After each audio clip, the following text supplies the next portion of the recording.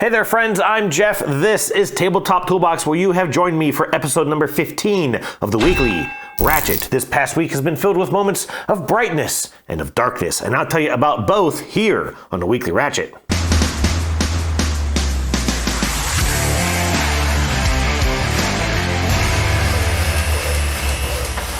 Yes, hey there everyone. Thank you so much for joining me here on the channel. I hope you've all had a fantastic week of gaming and hopefully spending time with friends and family. As I mentioned, it's been a bit of a crazy week. I thought this was going to be a fairly light episode, but I actually received a number of games this week and over the weekend played a lot of games, especially some new ones that you have not heard of before here on the channel. So let me go ahead and get right into it with some new arrivals. The first of which I'll mention is Last Command. This is by Ty MacDonald with art by Alex Pushkarev. This is a small indie published game, a upcoming Kickstarter game which Ty sent me this copy of, including some very nicely detailed neoprene mats. I think these look quite nice, and I've actually gotten to play this, and so I will talk about it here in just a moment. That is Last Command. Also, this recently came in, the expansion to Heat Pedal to the Metal. This is the Heavy Rain expansion. Now, I have not gotten to play this one yet. I have played Heat before. Heat is one of those games, as we will probably get into here in just a moment, that I think has been incredibly overrated, but it is still a pretty decent racing game. Still very luck-based in how these cards kind of come out. But it's a fine game. Not the best racing game by any means, but a fun game. And so I certainly want to pick up the expansion, which adds components for, I believe, your 7th player or 5th player. I can't recall how many the base game plays with, but it adds an orange car, adds some new cards, a new board, which includes Japan, which might be a way to get my daughter into this. If you know anything about my kid and Japan, that is Heat Heavy Rain. Let's see. Then I went to an event over the weekend. I've probably mentioned a couple times in the past, and especially in some other videos, I talked about a board game cafe down in Midlothian called Unplugged. This is a real neat, sort of a family-owned place with a good selection of food, a whole bunch of games to play, and just really great staff that will even try to teach you games if they can to help folks get in and get playing. And it's a really nice place. I've enjoyed going there. It's a little bit of a drive here from the Ashland area, but I try to get down there when I can. Well, they hosted a board games expo over the weekend, and it was kind of in the back of a parking lot. Fairly well shaded. They had a bunch of tents up. They had a bunch of tables out. They had some local vendors selling just various merchandise. And also you could, as just a local resident, you could rent a table to then sell some of your own games. And so I had just a couple of games out there. I really didn't think there's going to be much in the way of clientele for big priced games. So for example, I didn't bring my copy of Bust, which I could probably sell for a good $100, because I just didn't think that there would be people there looking to buy those kinds of games. And in fact, I may have been a little wrong. Some folks made some pretty decent money there. There were some slightly more rare and valuable games there for sale. Like I said, I kind of just brought some stuff I had sitting around, right? Some stuff that the Dice Tower had sent me. But I sold almost everything that I brought, and I was quite surprised. It was also just a very nicely organized event. They had some raffles they were giving away. There was a real small kind of a beer stand and a company selling some hot dogs and little things like that. But I had a really great time. Got to see a bunch of people that I know, got to chat with the owner of Unplugged a little bit, and just had a very good time. While there, I picked up Star Realms. So this is a kind of a retail big box. Most of this is empty. It's just a sort of upgraded organizer. I've already started putting some of my other Star Realms content in here because it was just sitting on shelves and I hadn't had a good place to put it, a good way to organize it. So I picked this up really just for the storage, if nothing else. As I mentioned, I've already have the game. A nice little deck building space game, which we'll talk a little bit more about here in a moment. I also picked up Corrosion. This is from Capstone Games. I don't recognize the designer's name, Stefan Bauer. I'm familiar with this game. This came out, I think, in maybe 21 or 22. I saw this at PAX Unplugged, and it is a sort of an engine building game. In fact, I'll read the description on the back, which I'm going to have to turn. Sorry, Katie. I know this will drive you crazy, but it says, put gears and machines to clever use before they rust away. Discover countless temporary and long-lasting combos, copy actions of other players with engineers of higher grades. So it's kind of a engine building and almost engine decaying type system. Fairly heavy as rated on Board Game Geek, but this didn't really come out to a ton of pomp and circumstance. This didn't gain a ton of traction out there in the market. Like I said, I've known about it. I've always kind of been curious about it, but I just wasn't looking to spend, $50-$60 for a new copy. Picked this up for $20 at the expo. So that was fantastic. A very great event, and I'm glad I got to check it out. That was it for new games here. Let's go ahead and get to question of the week.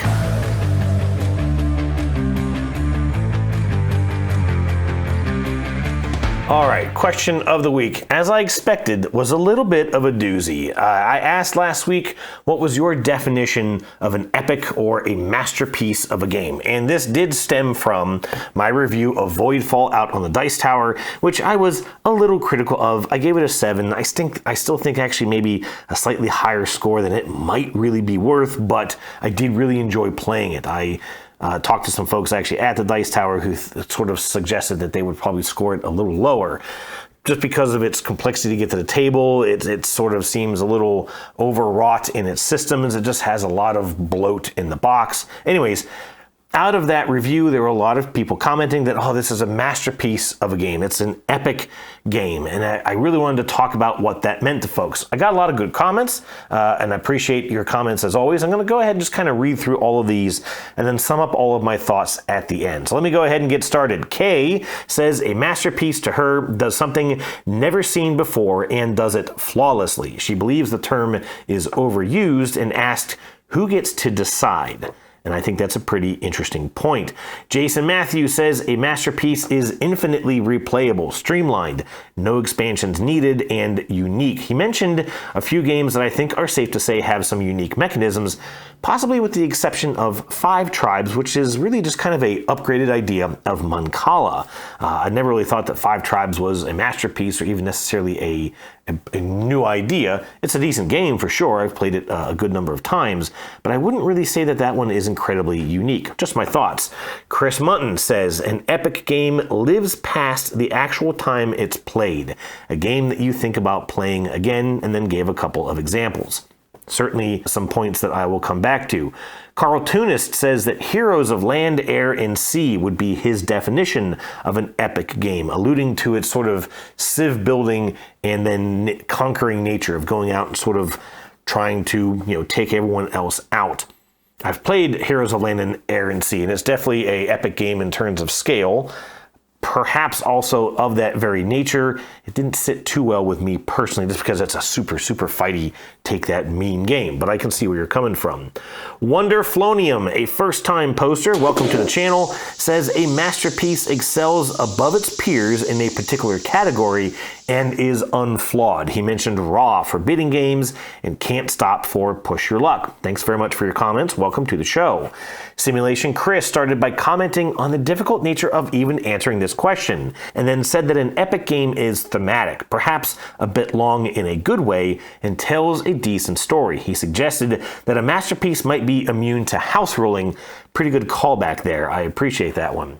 Thomas Grieve, another first-time poster, welcome to the show, said that he thinks first about production, mentioning Rococo, Wonderland's War, and Foundations of Rome, and that is also a subject I will come back to. Jamie Wiley suggested that a masterpiece has to be accepted as a great game across a majority of players, and hold that status for several years.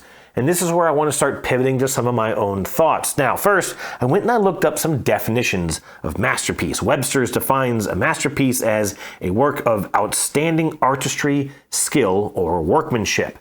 Wikipedia says in modern use, a masterpiece is a creation in any area of the arts that has been given much critical praise, especially one that is considered the greatest work of a person's career, or to a work of outstanding creativity, skill, profundity, or workmanship. I also found a sort of a presentation from Joseph Goldstein of the Lasker Foundation in 2018, who said, the general consensus is that great art and great science share three characteristics. The first is that the work is so original that it overwhelms us by its power. The second is that it stands the test of time. And the third is that it changes the way generations of artists or scientists think about their field. And again, in all of my putting together of all these notes and all these thoughts, I actually thought of another board game, and it's right here. This is called Wavelength. I do not remember the publisher or designer of this. I'll flash them up here on the screen. But this is a game that is all about subjectivity. It is all about opinion and sort of ranking those opinions. So if you haven't seen this before, I have a card here that says bad pizza topping and good pizza topping. Good is on this side, bad is on this side. You would tuck the card here. One person would check this wheel that sits behind here, and they're given kind of a range that they want their team members to aim for. And then they may say something like pepperoni. Okay, where does pepperoni fit on the scale? Well, if you think pepperoni is a fantastic pizza topping, you would turn the dial this direction. If you think it's a terrible pizza topping, obviously the other direction. And everyone on the team may say, well, pepperoni is iconic. It is the quintessential pizza topping, right? So they're all going to say, oh yeah, you can't have a pizza without pepperoni. Well, until the wheel is then revealed, and it turns out that the clue giver doesn't really like pepperoni at all. They don't think it's a good pizza topping. They think it's a borderline bad pizza topping, and their team doesn't get any points. Obviously, again, very subjective, very personal to the opinions of that clue giver. Well, I didn't have to go very far through the stack of cards to find failure and masterpiece. And if I were to put this here, and if I were to say Voidfall by David Turczi, again, the subject of this discussion, folks may be inclined to say, well, it's huge. It's got almost 1,000 pieces in the box. It takes hours to play. There's tons of options, and there's so much creativity to it, and there's so many things you can do. And I would say, okay, well, sure, but how does it compare to the Mona Lisa, often regarded the greatest painting of all time? If Mona Lisa is perfect, well, then Voidfall to me would be here, raw, here, Foundations of Rome, maybe there. Again, it's so subjective. And I go back to Kay's comment about, well, who really gets to decide? Who gets to assign that term? And perhaps, is it quite a bit overrated, which I agree with. The Mona Lisa was painted by Leonardo da Vinci. It's one of only roughly 20 paintings that are attributed to his name. They think that there are maybe 19 or so other paintings that may have been produced by Leonardo da Vinci. It was found when he died in his studio, so it was never even sold. It was not something that he, put out for sale or put out for even necessarily much in the way of attention. It was altered over many years of his life as he continued to tweak it. There are multiple layers of paint on it. And you can even tell sort of the passage of time in that painting because the glazes and such that were used got a little thinner over time as he got a little later into his career. You compare that to David Turczi, the designer of Voidfall, who is attributed with 117 games out on Board Game Geek. And of course, he and all designers are making these games for sale, right? These are just games that go out, mass-produced, whether they're in huge quantities like Monopoly or still limited quantities like Voidfall, there are still thousands of copies of that game available. And so it makes me think that a board game can't possibly be a masterpiece. I don't think it's even a fair term to use at all. A game can be great. It can maybe be the best of its genre if we want to agree that maybe Raw is the best bidding game that's out there. But don't forget that the entire scoring condition of Raw is just based on set collection, something that actually dates back to Monopoly or maybe even older. Is that a masterpiece if it still is using a well-established, already existing idea as its really core scoring, fundamental or whatever? Is it still a masterpiece? So I tend to agree with folks like Jason Matthew, Wonderflonium, and Jamie Weiler, who talked about originality, but also talked about that passage of time, that a lot of folks, it kind of has to be a universal consensus that a game is a masterpiece, and maybe not unanimous. I'm sure there are plenty of people who think that the Mona Lisa is a hack job, right? I don't know. But it also is not a painting that was discovered in 1519 at Leonardo's death and immediately accepted as a masterpiece. That's something that had to develop over time. More and more folks had to see it, had to understand it. That's a painting where folks still don't even quite know the name of the subject. They don't know who that woman even was. And so it's surrounded by a bit of mystery and wonder. And that is what has evolved that painting to its status.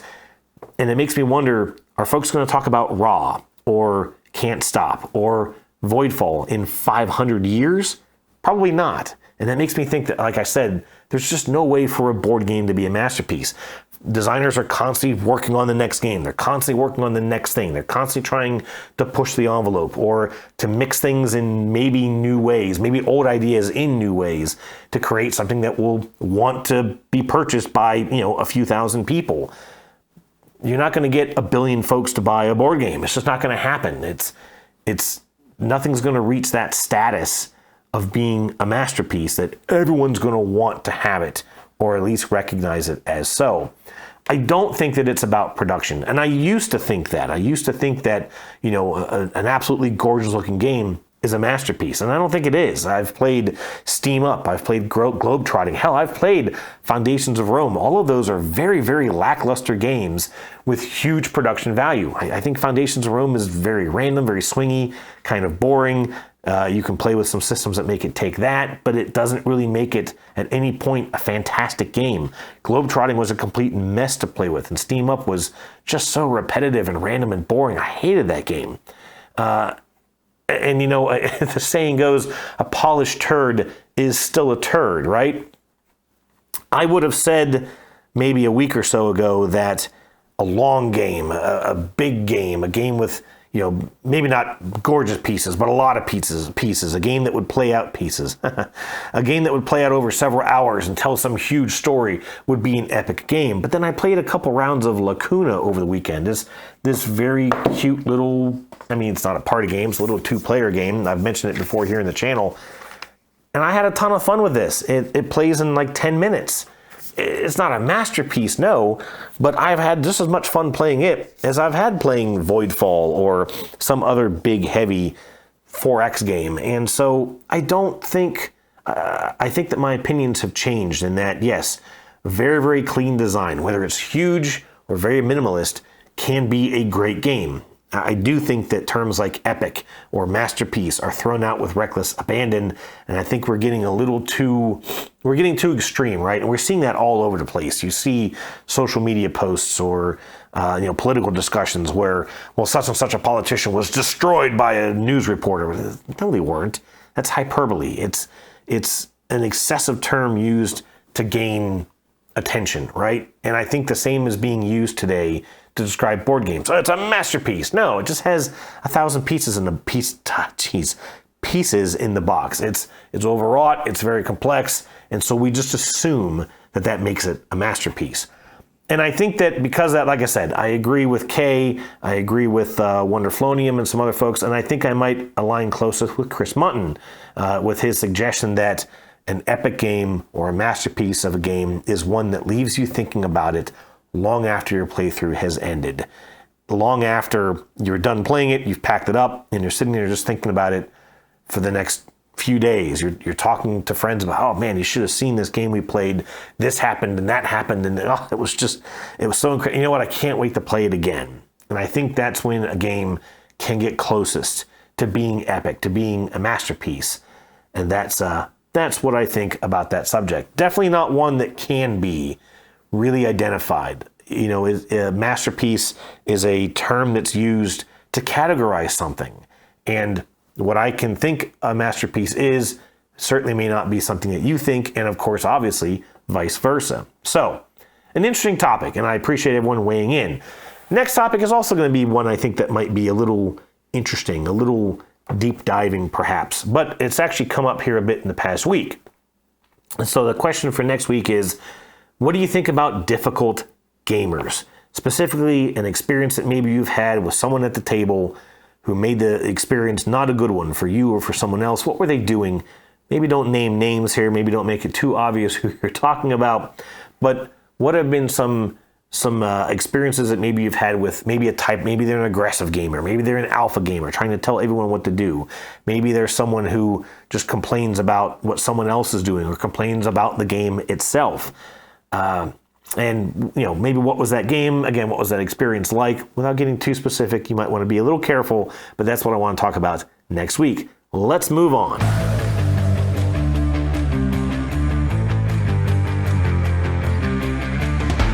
All right, I don't know about you, but I feel like that topic got a little heavy, so I'm gonna brighten the mood here just a little bit and talk about some recently played games. Up first is Hissy Fit. I've talked about this one last week. This was a game that my friends Katie and Greg convinced me at gunpoint to purchase. Okay, that's not true. But this is a cooperative game about trying to get a cat into a cat carrier. I played this twice, introduced my wife and daughter to it over the weekend last weekend, and got through a play of it. We played on the very, very easy mode, and I actually still got some rules wrong that made it even easier than it should have been. So we played it again just yesterday, and actually got scratched to death by the cat. This game is tricky. There's a lot of things you got to try and mitigate. There's a lot of things you got to try and get out in front of. And sometimes, again, it just comes down to how the cards get drawn and what you're able to deal with and what you're not able to deal with. Still a game I really enjoyed, and I still want to try and customize this a little bit to put some artwork imagery of our own cats into the game. I also played a game of Firefly solo over the weekend, over the past week. I'm not going to bring that massive box here into frame, but I've mentioned that I've really been having a lot of fun with that game. And I was reading up on the solo play, and really it is exactly the same as the base game, except for that you just get a timer, and you're trying to reach a certain goal within that period of time. And of course, even in the rule book, it says, well, hey, if you want to just add some extra time, or you can just play it as long as you really want to, that's fine too. So I played a relatively simple solo scenario where you're trying to get solid with a number of different reps, which basically means you just have to complete a contract for them, which can take several turns. You're trying to, of course, build up your crew, build up your ship to be able to get some of those missions done. There are some random elements, especially when you get into the more illegal missions. You just don't know how they're going to go. And in this particular scenario, you did get a little bit of time back when you accomplished a mission, got a contract done, and I really enjoy that aspect.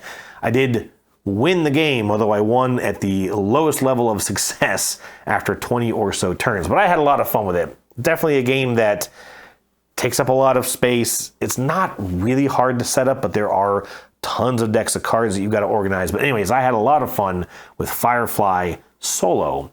I then played Fractal. So this is Fractal Beyond the Void. And I'm not sure if I mentioned this before on the Ratchet. I've had this one for a little while. It came in very end of last year. This is a huge 4X space game, and it was going through Kickstarter at the same time as Voidfall. Now, I wanted both of those games because they are both epic 4X space games, my favorite genre, my favorite theme, and at least a mechanism of game that I really enjoy, but I couldn't afford them both. And at the time, I was not really a big Turtsy fan. I'm still not sure that I am. So I opted for this one instead. And we finally got to play this last week, and it was a difficult game. Not necessarily because of how it plays. So this is as I said, a 4X game. I can't go super deep into this. You only have a limited number of actions on each turn. You can try to expand, you can move units around, you can colonize new systems, you can produce new units. You can also get into some technology, trying to research new techs. You've got some general cards that are out, and you're putting research tokens on them. So it's interesting because the research is like a public market, and the first player to generate enough research points on those cards then takes them, and no one else can get to them. Although I think there were duplicates of at least some of those cards in the game. And as I mentioned, you're producing units. There's a variety of different units. You've got infantry, light ships, mechanized, actual mechs, and then, a heavy ship. And you're piece limited, so you can't just build anything you want. There's not a whole ton of each of those components. And as you start to expand and sort of spread your forces out, it becomes very difficult to cover your flanks. It becomes very difficult to sort of, keep control of systems that you have and still expand or at least maintain and defend your front lines. All of it comes down to at the end of each round, you'll resolve any combat. If you have multiple players in the same system, you go through this combat, and the combat is really, really interesting because there's no dice, but it's also not deterministic as with, say, Voidfall. You're just kind of going through a quick flow chart to see who wins. You're playing these cards. You can only play cards if you have the units of those cards in the system. So if you don't have any mechs, then you can't play any cards that require mechs. And then each card that you play will sort of determine what you get to do based on the strength of the units that you have. There's also an initiative system. So as you're playing cards, you're playing a card, your opponent plays a card. You kind of go through multiple rounds of this.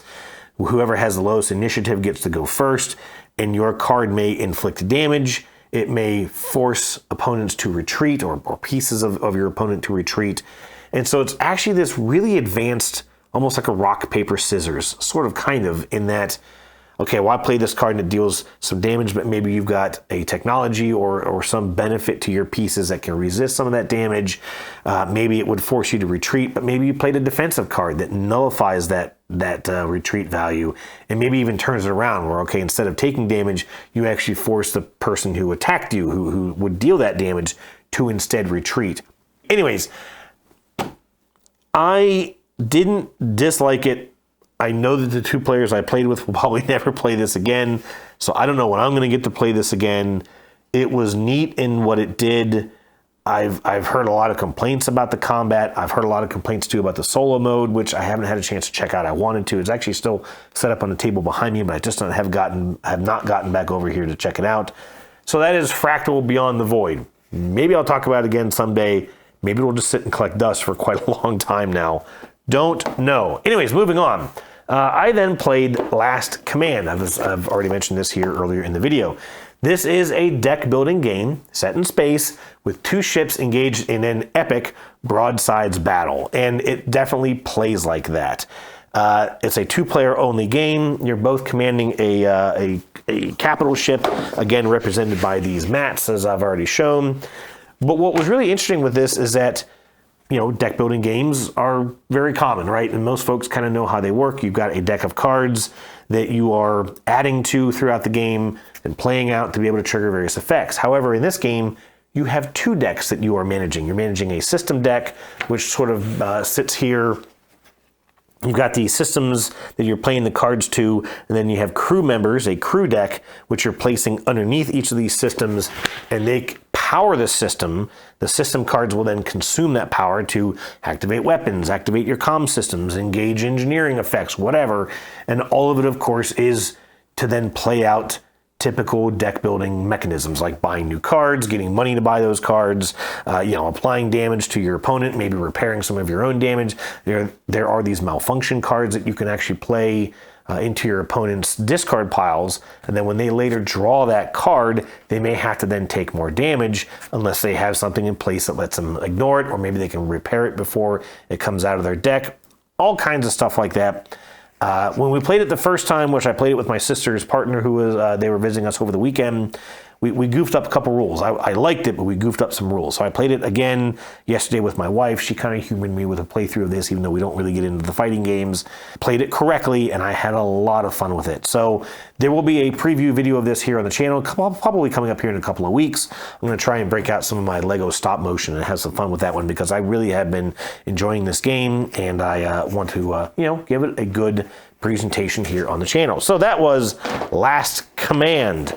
I then played Neom. I've already mentioned this a couple times. I won't go into it, but I played this with my sister and her partner, actually down at Unplugged. After that Board Games Expo that I mentioned, I did win this one, and they really enjoyed it too. Just a very simple game to teach. There's a lot of little fringe rules you got to cover real quick. Oh, by the way, there's this, and by the way, there's that. There's also a rule in that game where you have to have at least one power plant in your city by the time the game is over. And my sister's boyfriend just never got any of them. We built them all before any of those tiles got drafted to him. And so his whole civilization was living in the dark at the end of the game. And it just made it a funny playthrough. I had a lot of fun with that one. Then that night, I had asked her to bring down with her a game called First in Flight. And I again forgot to take note of who the publisher was on this, but one of the designers was Ben Rossett. Now, I won't go as far as to say that I'm a fan of Ben Rossett, but one of his earlier games is one of my favorite games, and that is Brew Crafters. It's kind of Agricola adjacent, but you're managing a brewery. Also, I think I mentioned that my sister is a naval officer. She also at least was a private pilot. She's always had a huge passion for aviation. And in fact, I had told her when this game was coming through Kickstarter, she backed it. That's why she had it. And I asked her to bring it along. But they hadn't played it yet. All right, so I started to review the rules. I was getting ready to teach it. We played this with her and her partner and my wife and I. And as I was reading through the rules, I realized right away, oh, this may have been a bad idea because it combines one of my favorite systems with two of my least favorite systems. It's a deck builder, but it is also a push your luck game and has a time track element, which I'll explain in a moment. You've got this deck of cards that you're building. Now, you're not playing this on every turn. This is not a deck of cards that you're drawing from to take your actions. It is just a separate deck that you only use when you are attempting flight. The idea being that you are trying to get the longest flight throughout the game using, obviously, basic rudimentary technology and early designs in aircraft. At the end of the game, whoever has managed to make the furthest flight at any point during the game wins. That's it. Money, any other engine you've built, the actual deck of cards you've built, none of that means anything. It's just who has flown the furthest. This deck starts off with a couple of zeros and mostly all ones. You can eventually get cards that have a value of 2 through 5 to just move further.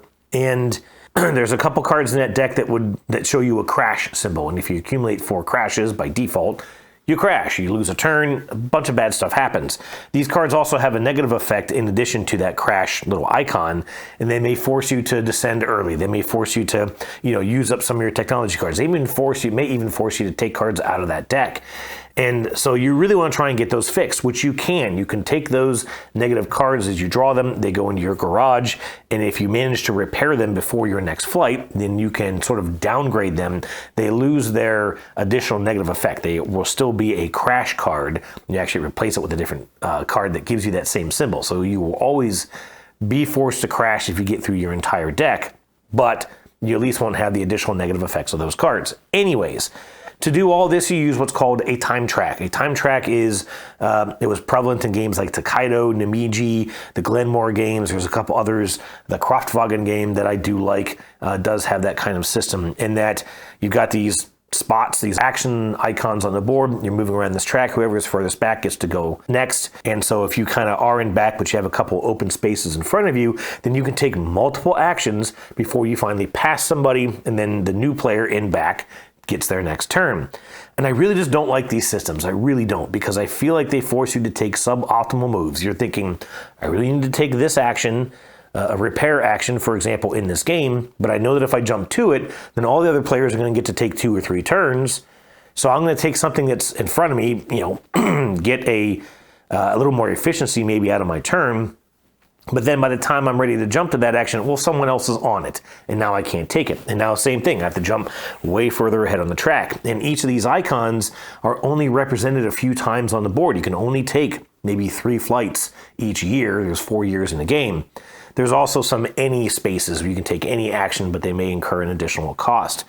And this was annoying all of us. Even my sister was sitting there, and it was kind of funny because she was chatting with us about ways that she might house rule this to add some additional flexibility. Like, well, maybe you can spend an amount of money to turn any space into an any space. It lets you say, well, I'm going to just take any action instead of what the board depicts, but maybe it costs you some extra money. Except for money was incredibly difficult to make in this game, and almost every action required money, except for actually going on a flight, which I thought was kind of odd. So this game just drove me crazy. And by the end of it, I was quite flustered. I was kind of liking, there's a lot of engine building elements alongside the game. There are these friends that you can get. You can tap on your turn to give you additional benefits. You have a pilot card, which will give you additional benefits, usually while flying, but not necessarily. There are technology cards that come out that sort of enhance your abilities, usually while flying. And there's also skill cards that come out, which you can exhaust while flying to try and negate some of those negative effects, some of those negative cards. Maybe, look through your deck to see what's coming up, that kind of a thing. And I enjoyed that, but it was so difficult to actually do anything in the game. I constantly had repair cards in my garage that I could never get to an action to fix because it was always covered, or I couldn't afford to do it because I never had any money because my pilot's ability cost money to be able to use. And so it was just so frustrating. And we just did not have a very good time with this game. I certainly didn't. I am very glad I got to try it, but not something I am looking to get at again, first in flight.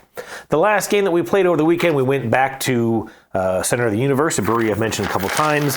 We got in a couple more games of Lacuna. This was, we kind of did like a mini family tournament. So my wife and I played, my daughter played the winner of that game, and then my wife played the loser of that game.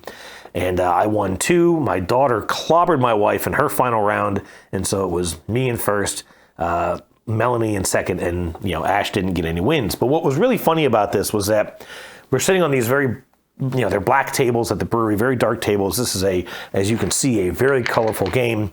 And we actually had 2 different patrons at the brewery come over and ask us, what is this? What are you playing? This looks really interesting. And me being me, right, kind of launched right into a little pitch for here's how it works. And if you watch, okay, my wife's about to take her turn, so this is what she's doing. And then later on, this is going to happen, and that's how you play the game. I don't know if any of them got it, or ordered it, but we told them you can go and get this at Barnes & Noble, Amazon, whatever. A fairly, easy to get your hands on game, and just a lot of fun. Very, very pretty, plays very, very quickly, and we certainly enjoyed this. And that's it. That is all of the recent plays in the past week. I hope you have enjoyed this episode. Thank you so much for tuning in. Thanks for your comments as always. There might be a Ratchet next week. I might be looking to take a week off. We'll see. But definitely answer the question of the week for the next episode. And I will see you guys again soon. Thanks. Cheers.